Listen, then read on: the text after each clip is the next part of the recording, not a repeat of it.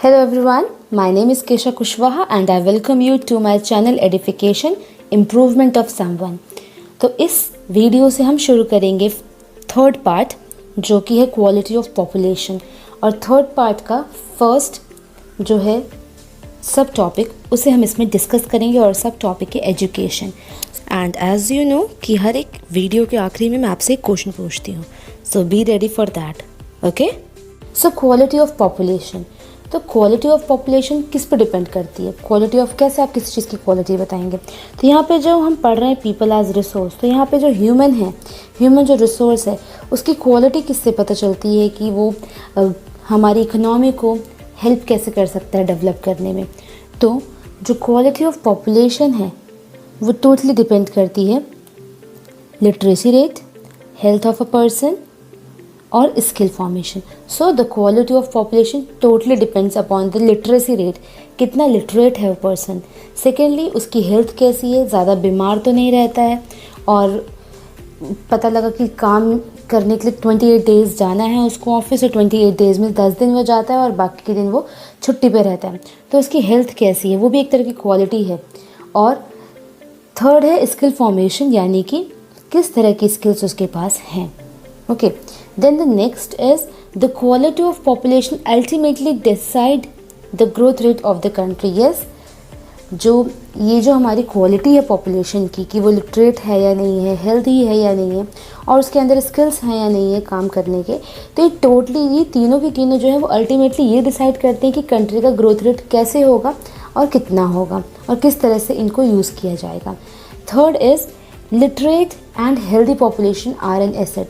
अगर हमारी पॉपुलेशन पढ़ी लिखी है और हमारी पॉपुलेशन हेल्दी है, इट मीन्स कि वो देश के लिए एसेट है, कोई बोझ नहीं है, एक एसेट है वो देश के लिए। यानी कि कहीं ना कहीं वो अपनी एजुकेशन से, अपनी हेल्थ से वो हमारी कंट्री की ग्रोथ में हेल्प करने वाला है। तो quality of population first is the education and the second one is the health. अब हम इन दोनों ही सब टॉपिक को, हेल्थ और एजुकेशन को, एक एक करके पढ़ेंगे, और इस वीडियो में हम पढ़ेंगे एजुकेशन के बारे में कि हमारी गवर्नमेंट किस तरह से एजुकेशन देने की कोशिश करती है फ्री ऑफ कॉस्ट, किस तरह की स्कीम्स हमारी गवर्नमेंट ने चलाई है, और फिर हम रिलेट करेंगे इस टॉपिक को सकल और विलास की स्टोरी से। सो क्वालिटी ऑफ पॉपुलेशन, एजुकेशन। तो पहले रिलेट करते हैं यहाँ पर हम सकल की स्टोरी को। हमने इससे पहले सकल की स्टोरी पढ़ी थी और उसमें हमने देखा था कि जो सकल है उसने कुछ टाइम तक पढ़ाई करी, और वो जो पढ़ाई है उसके लिए फ्यूचर में पढ़ाई फ्रूटफुल रही। उसको उस पढ़ाई से कोई जॉब मिली और साथ ही साथ एक हैंडसम सैलरी उसको मिली, एक अच्छी सैलरी उसको मिली। तो हमने देखा कि किस तरह से सकल ने अच्छे से पढ़ाई करी, उसको जॉब मिली और साथ ही साथ उसको अच्छी सैलरी भी मिली। तो education was an important input for the growth of सकल। सकल की ग्रोथ के लिए जो था एजुकेशन एक बहुत ही इम्पॉर्टेंट रोल प्ले किया था एजुकेशन ने, और साथ ही साथ सकल के लिए और भी ज़्यादा जो है डोर्स ओपन कर दिए थे कि वो कहीं भी जाकर जॉब कर सकता था, और उसकी जो वैल्यू ऑफ लाइफ है उसको भी डेवलप किया। तो सिर्फ सकल ही नहीं, सिर्फ सकल की बात ही नहीं, अगर एजुकेशन किसी के पास भी है तो वो उससे अच्छी जॉब अचीव कर सकता है और एक अच्छी सैलरी अचीव कर सकता है। And education contributes towards the growth of society also. अगर एजुकेटेड है पर्सन तो कहीं ना कहीं उसकी सोसाइटी भी डेवलप करती है, और अगर एजुकेटेड नहीं है तो उसके आसपास की सोसाइटी भी उसी की तरह ही होगी। And it also enhance the national income, cultural richness and increase the efficiency of governance. So अगर हम यहाँ पे एजुकेशन का रोल देखें तो बहुत इंपॉर्टेंट रोल है, क्योंकि ये एजुकेशन जो है वो नेशनल इनकम में ऐड, कहीं ना कहीं जब जॉब करते हैं तो जो भी इनकम अर्न करते हैं कहीं ना कहीं वो नेशनल इनकम का पार्ट बनती है। Secondly it contributes toward the growth of society. अगर एजुकेटेड पर्सन है तो अपनी सोसाइटी में भी वो हमेशा अच्छी तरह से रहेगा, और जो लोग हैं वहाँ के लोगों के साथ उसके अच्छे जो रिलेशन है वो काफ़ी अच्छे हैं। Now some steps are taken by the government to promote education in India. अब हमारी जो गवर्नमेंट है उसने एजुकेशन को प्रमोट करने के लिए बहुत सारे स्टेप्स उठाए हैं, तो एक एक करके उन स्टेप्स के बारे में हम पढ़ेंगे। So first step that provision made for providing universal access retention and quality in elementary education with a special emphasis on girls। यानी कि यूनिवर्सल एक्सेस यानी कि शिक्षा तक की पहुंच, यानी कि हर एक बच्चे के रीच में या फिर हर एक बच्चे के पास शिक्षा पहुंच। रिटेंशन और क्वालिटी इन एलिमेंट्री एजुकेशन यानी कि जो भी एजुकेशन दी जा रही है उसके अंदर क्वालिटी है, यानी कुछ भी ऐसे तो नहीं पढ़ा दिया जा रहा है, तो क्वालिटी ऑफ एजुकेशन प्रोवाइड कर रहे हैं। और इन्होंने मेन जो फोकस किया है वो गर्ल्स के ऊपर किया है। Secondly, Navodaya Vidyalaya have been set up in each of the districts to provide quality education. तो आप लोगों ने नवोदय विद्यालय के बारे में सुना होगा कि किस तरह से नवोदय विद्यालय में क्लास 5 और क्लास 8 में एडमिशन होते हैं। और नवोदय विद्यालय ये अगेन एक इनिशिएटिव है हमारी गवर्नमेंट का, और जिसमें कि एक क्वालिटी एजुकेशन दी जाती है बच्चों को। Then third, vocational stream have been developed to equip large number of high school students with occupation related to knowledge and skills। now अब यहाँ पे क्या है, वोकेशनल स्ट्रीम यानी कि सिर्फ बुकिश लैंग्वेज ही नहीं सिखाई जाती, या बुक में जो किताबी जो ज्ञान है सिर्फ वही नहीं दिया जाता। किस तरह से चीज़ों को ऑपरेट करना है, किस तरह से नॉलेज को लगा के, अपने दिमाग को लगा के, अपनी स्किल्स को लगा के किस चीज़ को और अच्छा बेहतर करना है, वो सब चीज़ें भी सिखाई जाती हैं। तो यहाँ पे सिर्फ किताबी ज्ञान ना देकर और भी अलग अलग तरह से बच्चे को सिखाया जाता है। देन नेक्स्ट इज़ सर्व शिक्षा अभियान। सो Sarva Shiksha Abhiyan, this one has been launched with the aim of providing elementary education to all children in the age group of 6 to 14 years by 2010। अब जो हमारा ये सर्व शिक्षा अभियान है ये 6 ईयर से 14 ईयर्स के जो बच्चे हैं, इसके बीच के जो बच्चे हैं उनको उन तक एजुकेशन पहुंचाने के लिए स्टार्ट किया गया था। 2010 में हमारी गवर्नमेंट ने इसको स्टार्ट किया था। और ये मोस्टली आप लोगों ने जो गवर्नमेंट स्कूल्स होते हैं, जो सरकारी स्कूल होते हैं, आपने उसके ऊपर इसको पिक्चर देखी होगी है सर्व शिक्षा अभियान की। तो सब पढ़े सब पढ़े।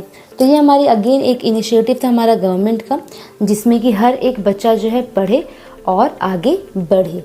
ठीक है, तो 6 से 14 ईयर्स के जो बच्चे हैं 2010 में ये इनिशिएटिव स्टार्ट किया गया था और ये हमारी गवर्नमेंट ने स्टार्ट किया था। Then bridge course and back to school camps have been initiated to increase the enrollment in elementary school।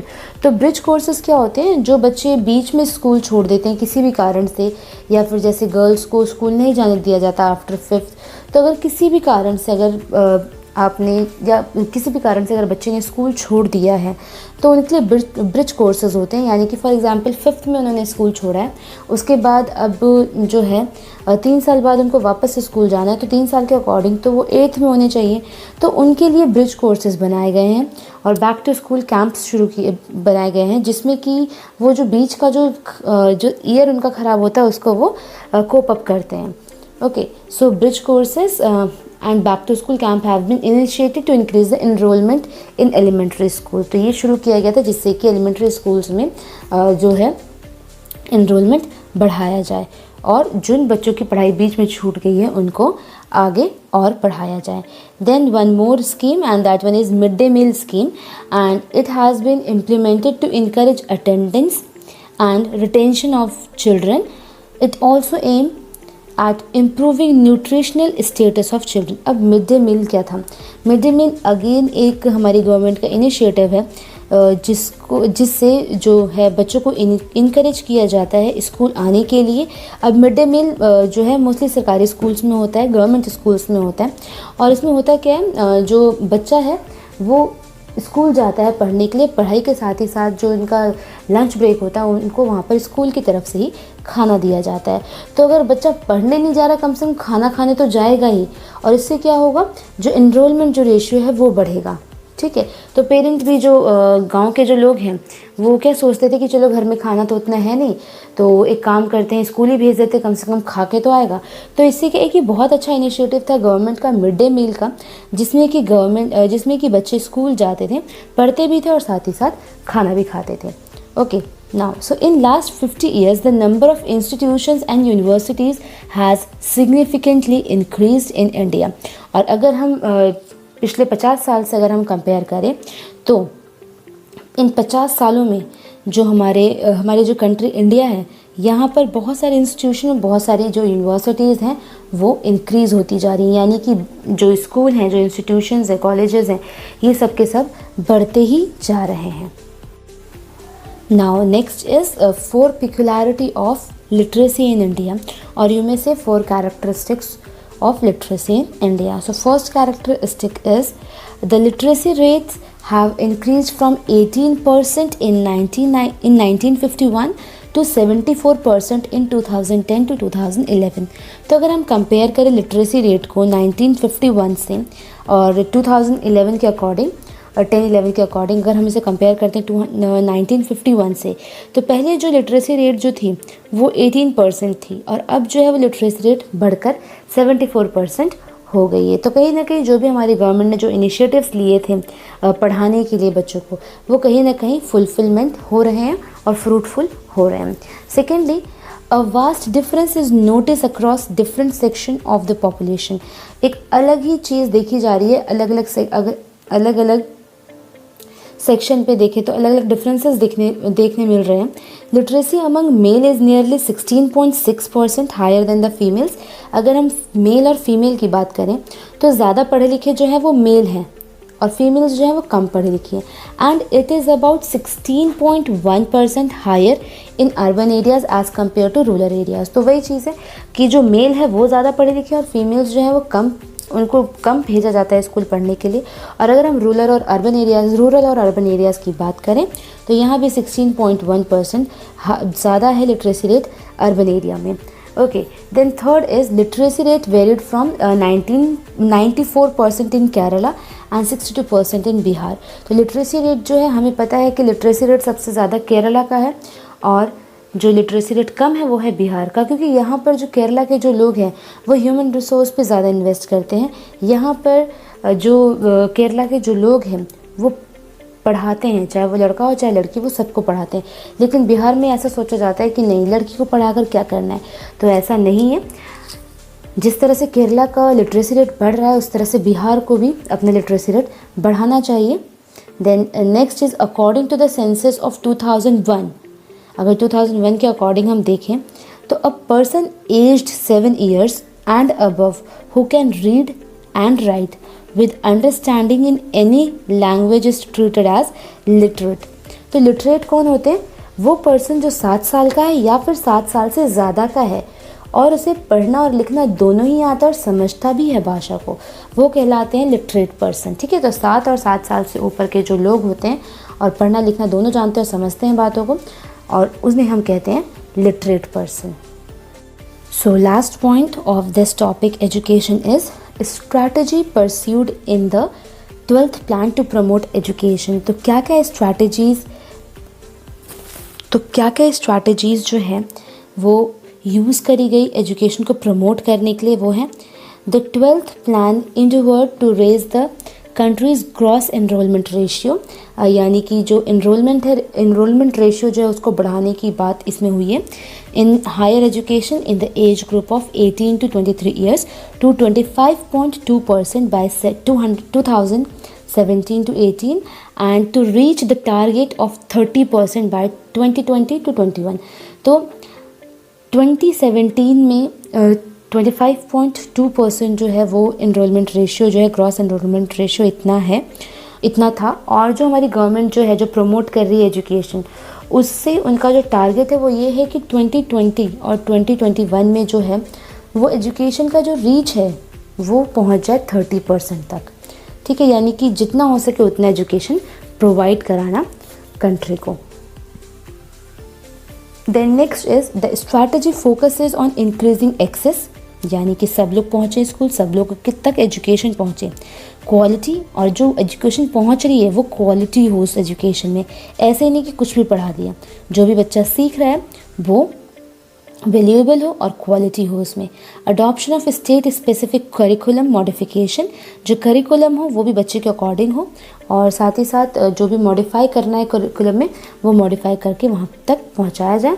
Then vocationalisation and networking of the use of IT और इंफॉर्मेशन टेक्नोलॉजी। अब सिर्फ किताबी ज्ञान से काम नहीं चलेगा, सिर्फ जो बुकिश लैंग्वेज है उसको ना पढ़ाएं, उसके साथ ही साथ जो है बच्चों को स्किल्स और जो नेटवर्किंग है वो भी सिखाया जाए।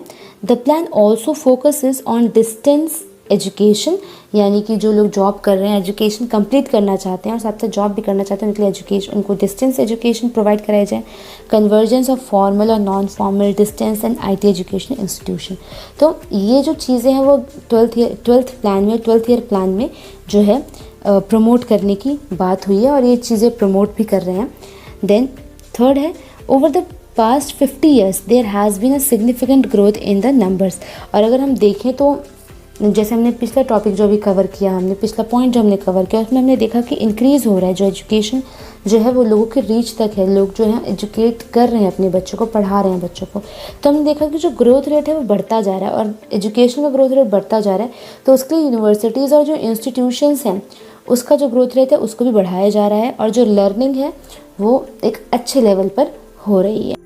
सो आई होप कि आपको ये टॉपिक समझ आया होगा, एजुकेशन कि किस तरह से हमारी जो गवर्नमेंट है वो इनिशिएटिव ले रही है सबको पढ़ाने के लिए, सबको आगे बढ़ाने के लिए। और कहीं ना कहीं जब सबके पास एजुकेशन होगी तो वो हमारी जो कंट्री है उसकी इकोनॉमी को डेवलप करने में हेल्प करेंगे।